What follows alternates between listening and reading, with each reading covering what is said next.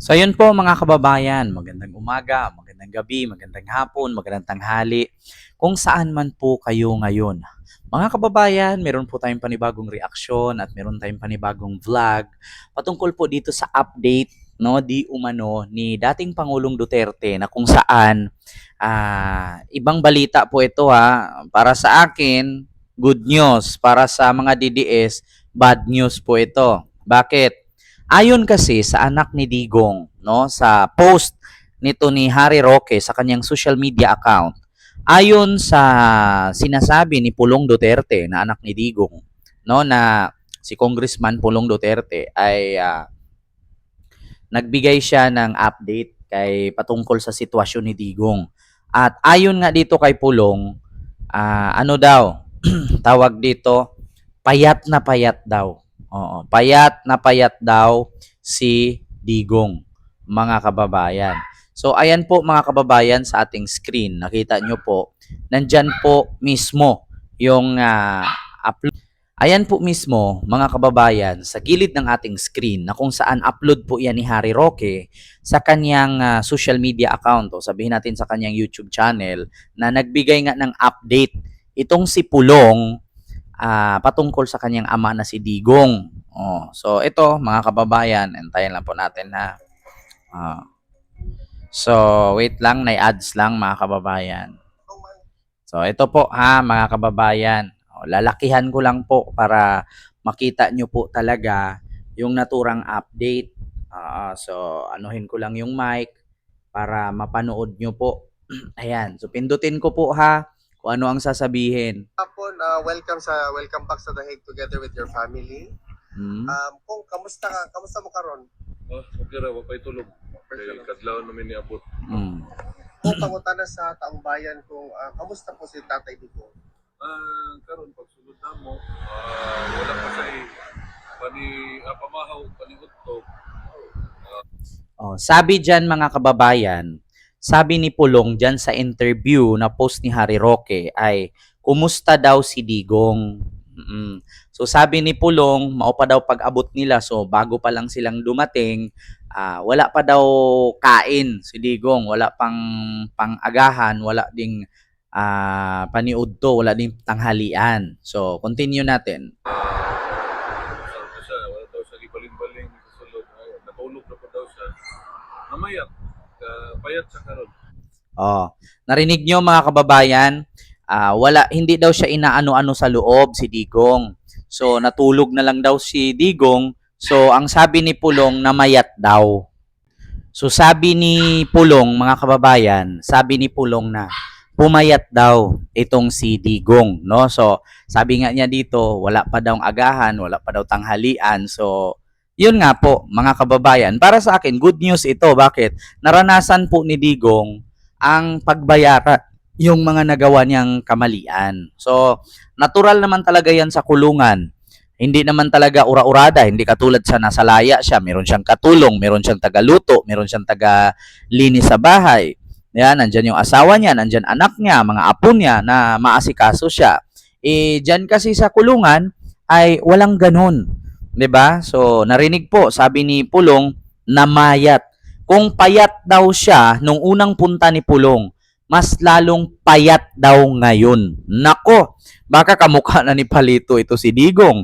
Oo, ito, continue natin. Pakinggan ninyo. Mas payat siya tong last time. Madrid. Kung naisgutan, manin nyo ang celebration sa inyo? Namayat, payat siya karon. Mas payat siya tong last time. Madrid. So, namayat daw si Digong, mga kababayan. No, lakasan ko lang mas payat daw si Digong noon last time na unang punta ni Pulong sa Dahig. Ito po, pakinggan ninyo Wala daw siya gibaling-baling sa sulod. Natulog na po daw siya. Namayat, payat siya karon. Mas payat siya tong last time. Madrid. Kung naisgutan, So, sabi ni Pulong, namayat daw si Digong. Mas payat daw si Digong na pumunta siya last time. Actually, yung nag-tour si Pulong, maraming bansa siyang pinupuntahan. So, 'di ba, unang ano 'yon, first time niyang bisita kay Digong sa The Hague.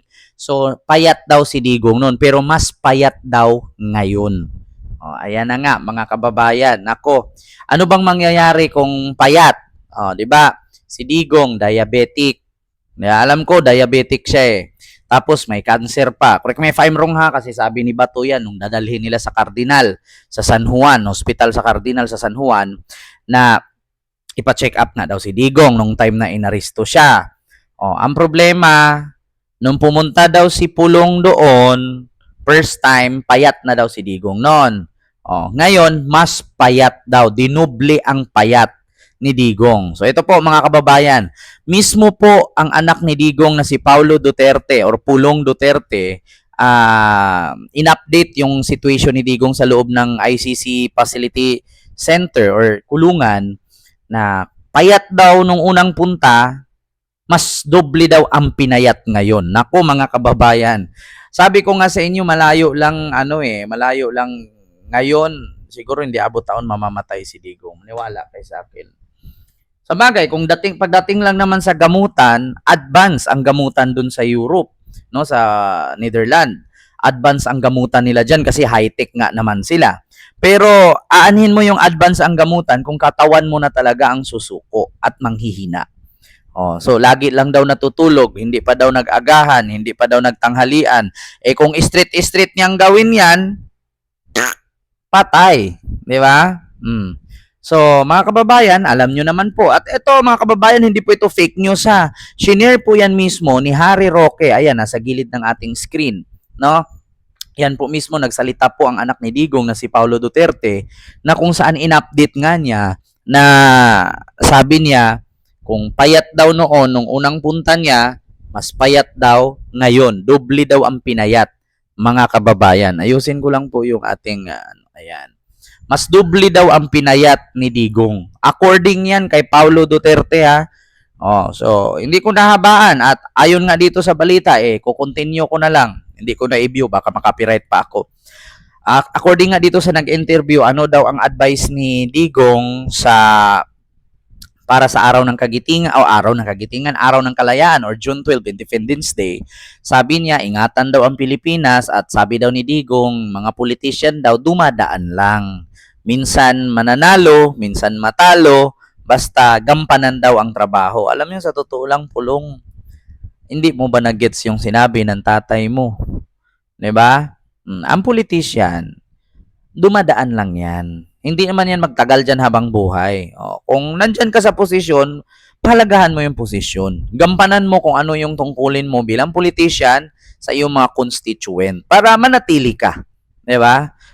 So, yun daw ang sabi ni Digong para sa Independence Day. Para sa taong bayan.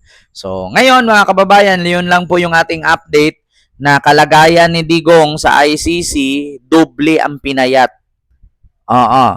According kay Pulong. Kalagayan ni Digong sa kulungan sa ICC, doble ang pinayat according kay Pulong. Nako, ilang kilo na lang si Digong nito, hindi na siguro abot 50 kilos kung ganun, doble daw ang pinayat. Nako, nagpa-fasting, nag-detox yata si Digong. So yun lang mga kababayan, hindi ko na masyadong habaan, hindi ko na masyadong in-update ko lang naman kayo at actually may video po tayo, hindi po yan fake news, galing po yan mismo kay Harry Roque na upload, si Pulong po mismo nagsalita, hindi po AI yan ha, hindi po AI, totoo po yan. Hindi po tayo dito katulad kay Bato na magpakalat ng AI at hindi din po tayo dito katulad kay Sara na konsentidor, okay lang daw magpakalat ng AI. So yun lang, maraming salamat. God bless.